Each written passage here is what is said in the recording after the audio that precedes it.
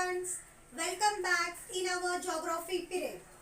See students, we have completed 3 chapters, right? Chapter 1, 2, 3 we have completed. Now today we are going to start our chapter number 4, okay?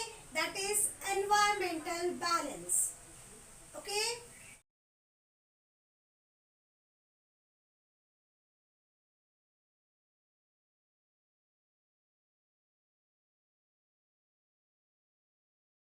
See, today we have to learn about how there is a balance in environment. Okay? See, before that I would like to say you have to do one activity. Okay? See, you have to go outside of your home. If a garden is there, then you have to take a round in a garden, and while taking the round you have to observe the living things and non-living things of the environment. Okay, so that you have to do.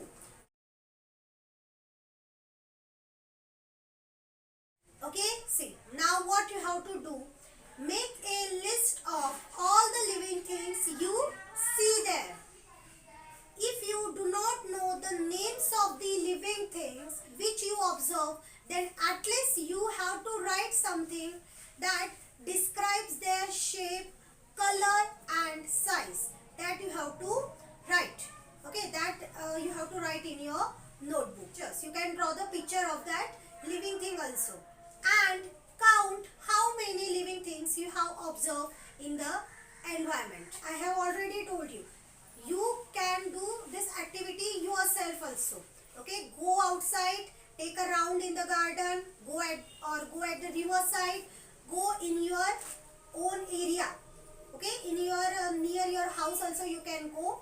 Okay, and just observe the living things and write down in notebook. Okay, the description about the living things.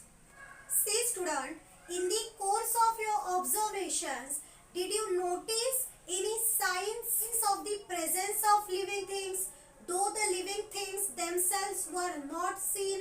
For example, did you notice a partly eaten fruits, shells, fallen feathers, eggs, animal tracks, dungs, droppings, nests, honeycombs, etc. Okay, if you observe one of the things, so that also you have to mention in your note. Okay, or could you observe any microorganisms? Then you have to write how many living things did you see. Do you think you saw all the kinds of living things belong there?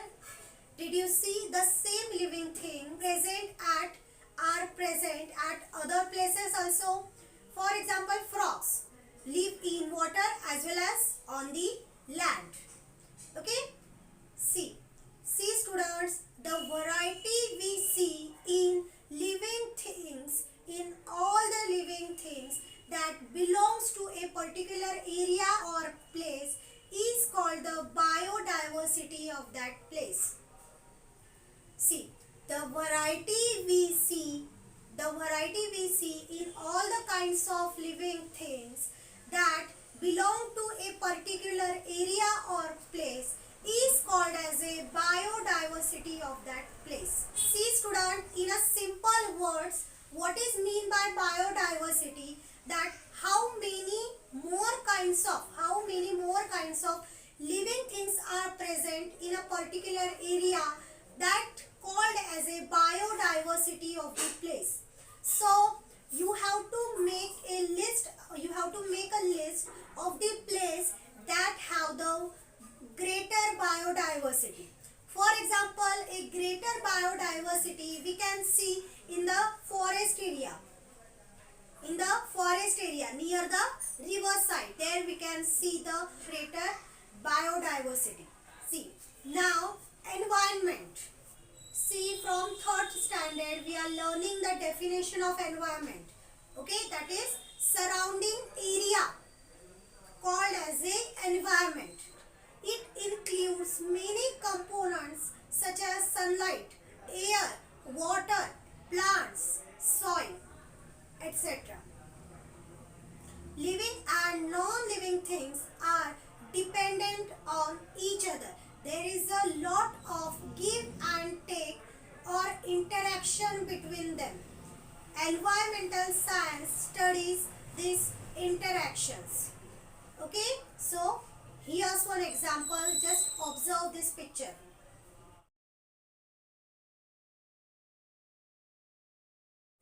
Look at this picture carefully. What is this? Yes, chain. There are several links in this chain. If the links were separate from each other, could they called a chain?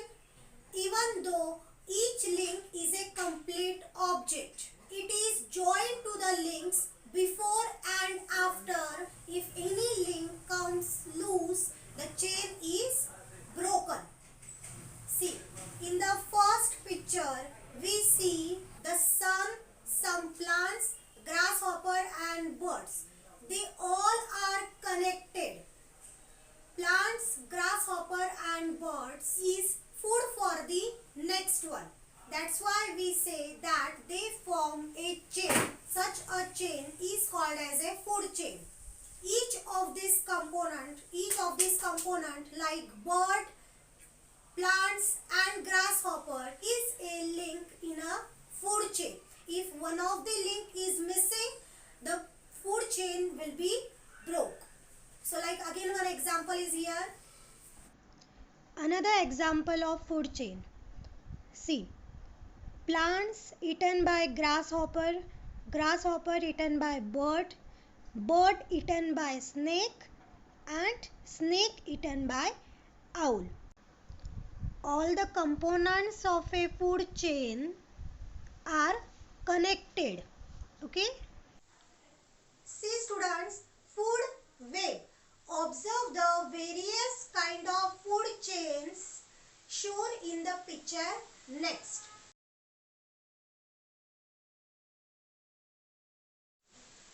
As you observe this food chain, every living thing can be a part of number of food chain that give rise to a food web in nature. Food chain give rise to food web. See student, as you observe all the food chains, the most important food in food chain is plants.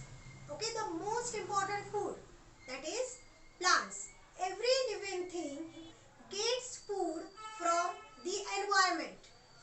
Many animals in the environment eat only plants, and some animals eat both plants also and animals also. But plants make food in their own in the presence of sunlight, carbon dioxide, water and the chlorophyll pigment which is present in the leaves. See, this we have learnt in a 4th standard science. Okay, that how leaves are making food. See, so from that we have understood plants are the main support of every food chain. Okay, now the next topic is environmental balance. First, what is mean by balance? Balance means what?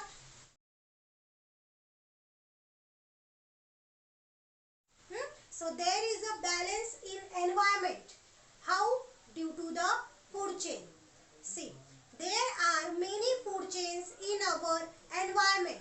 Because of this food chain, every living thing in this environment gets their food and continue to live. See students, there are some cycles in the environment which helpful, okay, which helpful to maintain balance in the environment. Like the first one, plants use substances in the soil for their growth, and when plants and animals die, the decomposition of remains adds this substance to the soil once again. This is an important cycle in the environment. Okay. Also, living thing get a continuous supply of water because of water cycle. evaporation and condensation process that we have learnt in lesson 3. Then living thing use the oxygen from the air for breathing and give out carbon dioxide. Plants use this carbon dioxide for breathing and give out oxygen. That oxygen again adds in the air. Means this cycle is also going on. Taking the carbon dioxide, give out the oxygen, again taking the carbon dioxide. So this process, so this cycle to maintain the balance in nature. There are several such cycles in nature. See, there is an interaction between the living things. Okay, and between the living things and non-living things also in nature. When the various cycle in the environment go continuously without any interruption, environmental balance is get maintained, and this balance is maintained for 1,000 years. Okay, for 1,000 of years. See, so in this way we have completed our chapter number 4, that is environmental balance. Okay, so in this lesson we have get to know that how there is a balance in environment due to some cycles, due to the food chain. Okay, due to this there is a balance in environment, and now it's our responsibility also to keep the balance in environment by keeping our nature clean and healthy.